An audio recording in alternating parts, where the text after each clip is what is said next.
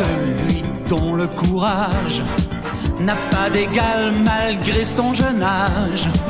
Toujours là quand il faut, c'est Astro, le petit robot. Celui dont on est fier d'être l'ami du bout de la terre. Le formidable, l'incroyable, c'est Astro, le petit robot. Le formidable, l'incroyable, c'est Astro, le petit robot.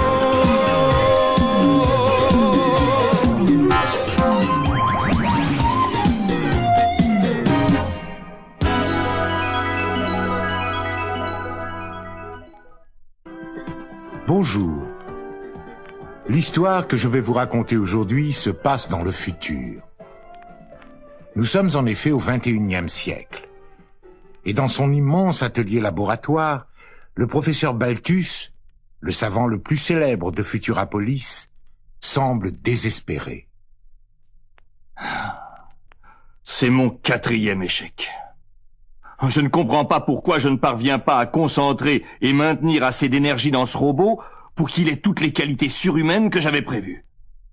Enfin, je sais pourtant que je suis sur la bonne voie. Oui, entrez. Bonjour, papa. Ah, bonjour, mon petit. Mais que fais-tu ici? Tu sais que c'est interdit? Je suis venue t'embrasser, papa. J'avais envie de te parler. Au fond, je suis content de te voir. Tu sais que j'ai encore échoué? Oui, je sais, mais ce n'est rien pas.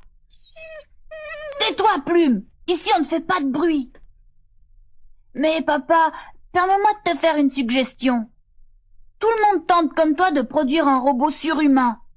Pourquoi n'essaierais-tu pas pour la première fois de créer un robot enfant? Avec les mêmes sources d'énergie, tu serais peut-être sûr de réussir. Personne n'en a jamais fait l'expérience. Un robot enfant? Ma foi, ça n'est pas une mauvaise idée. Je n'y avais jamais pensé. Voyons, il me suffirait de repartir de mon concept numéro 5 et de tout adapter. Ah, merci Thomas, merci. Et rentre à la maison. Ah non, tu ne peux pas rester ici. Allez, va mon petit. Un peu déçu, mais toujours obéissant, Thomas, suivi de son petit chien Plume, quitte le laboratoire. Il est fier d'avoir aidé son papa, mais il a l'esprit distrait par ce merveilleux projet. Hélas, dans l'une des principales avenues de la ville, son léger véhicule est télescopé et totalement détruit. Thomas est inanimé. Malgré tous les efforts des médecins, il ne peut être ramené à la vie. Et le chagrin du professeur Balthus est immense. Mon petit Tommy, tu avais raison. C'est maintenant plus que jamais que je dois construire un robot enfant. Mais je le ferai à ton image. Exactement à ton image. Il sera doté d'intelligence comme toi. Mais il aura une puissance surnaturelle. C'est sur cette détermination que le professeur Balthus, conduit par l'énergie du désespoir, se met au travail. Réfléchissez encore, professeur. Ce que vous tentez est très dangereux. Les pouvoirs publics sont alertés, ils n'approuvent pas votre projet. Je suis seul juge du danger.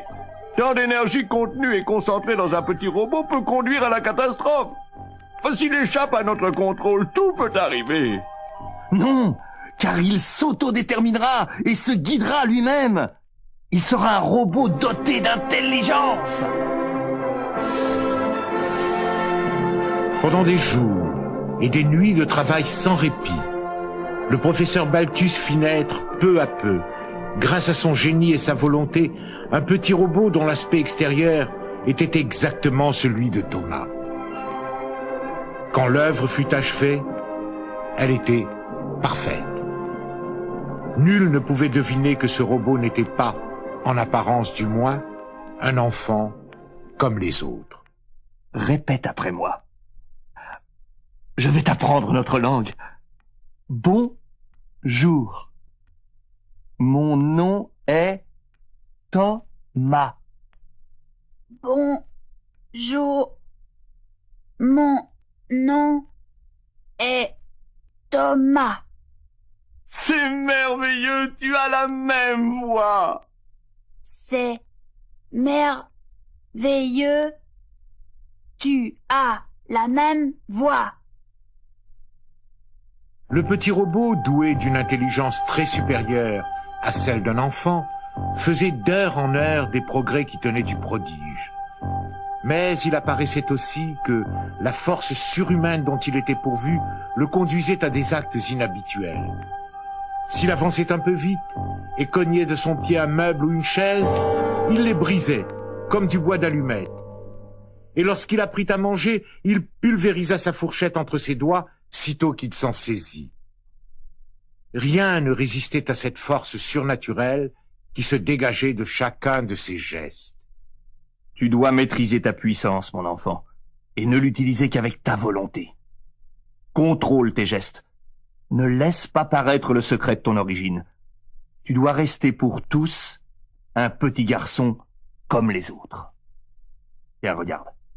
Allons, Plume, dis bonjour à Tommy.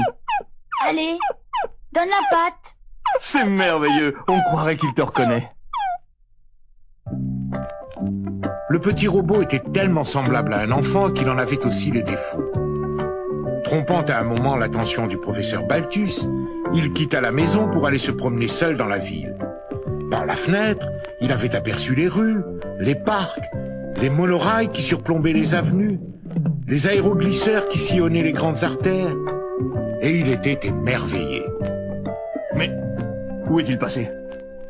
J'ai l'impression qu'un des systèmes électroniques s'est détérioré.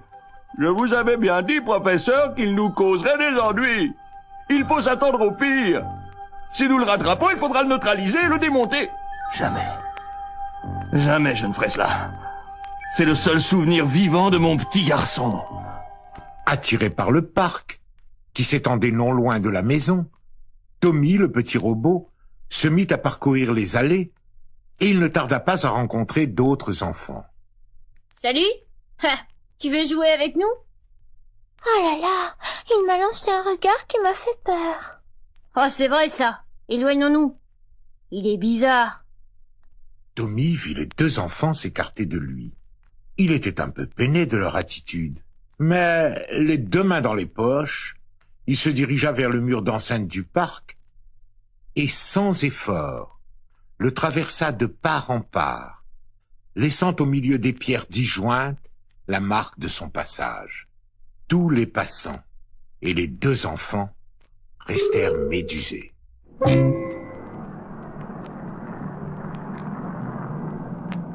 Le petit robot s'engagea sur l'avenue qui bordait le parc. À cet instant, il entendit des cris de terreur autour de lui. Oh mon Dieu, attention, attention!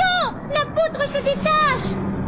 C'est le filin de la grue qui lâche! Sauf qui peut! Elle va nous écraser! La flèche d'une grue gigantesque qui surplombait un chantier à plus de 30 mètres de hauteur s'était bloquée au-dessus de la chaussée. Et au bout de son filin, une énorme poutre d'acier déséquilibrée se balançait, prête à choir sur le trottoir encombré de passants. À moi de jouer. Je peux rattraper cette poutre. Ah, je sais que je le peux. Le petit robot actionna les deux réacteurs qui étaient placés sous ses pieds. Et comme une fusée, il s'éleva aussitôt dans le ciel, dans une trajectoire fulgurante. Il atteignit la poutre, la rééquilibra de ses deux mains, et disparut dans un nuage. Aucun des témoins de cette scène ne pouvait croire ce qu'il venait de voir. Mais nous avons rêvé! Est-ce possible? Un enfant robot! Oh oui, sûrement. C'est incroyable. Incroyable! Oh là là, vous avez vu? Il sillonne le ciel à la vitesse d'un astre! C'est à cet instant que Tommy aperçut l'aéroglisseur du professeur Balthus. Affolé par la disparition de son petit robot, le professeur avait apparemment perdu le contrôle de sa machine. L'engin semblait prêt à exploser. Ses tuyères crachaient des flammes inquiétantes. Courage, papa! J'arrive! Tommy, enfin, je te retrouve! Les flammes entouraient l'engin. Tommy, le côtoya un instant dans les fumées incandescentes, ouvrit le sas et tira le professeur qui suffoquait déjà.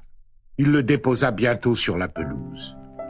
Ah, mon enfant, C'est moi qui t'ai donné la vie et c'est toi qui viens de me sauver. Ah, mais désormais, chacun dans cette ville connaît notre secret. Tu n'es plus en sécurité. Mais pourquoi, papa? Je suis bien capable de me défendre. Et puis je ne veux de mal à personne. C'est vrai, mon enfant. Mais tu es tellement exceptionnel que chacun va vouloir s'emparer de toi. Alors que faire? Tu ne vas tout de même pas me neutraliser? Jamais, mon enfant. Tu es l'image de mon petit garçon. Tu es mon petit garçon. Je vais t'éloigner pour un temps de Futurapolis. On t'oubliera. Et quand nous nous retrouverons, nous ferons ensemble des choses merveilleuses. Et c'est ainsi que le professeur Balthus organisa dans le plus grand secret le départ du petit robot pour une longue croisière à travers le monde. 1000 aventures nouvelles l'attendaient. Et celui que la légende allait appeler Astro n'avait pas fini de nous étonner. Nous le retrouverons bientôt.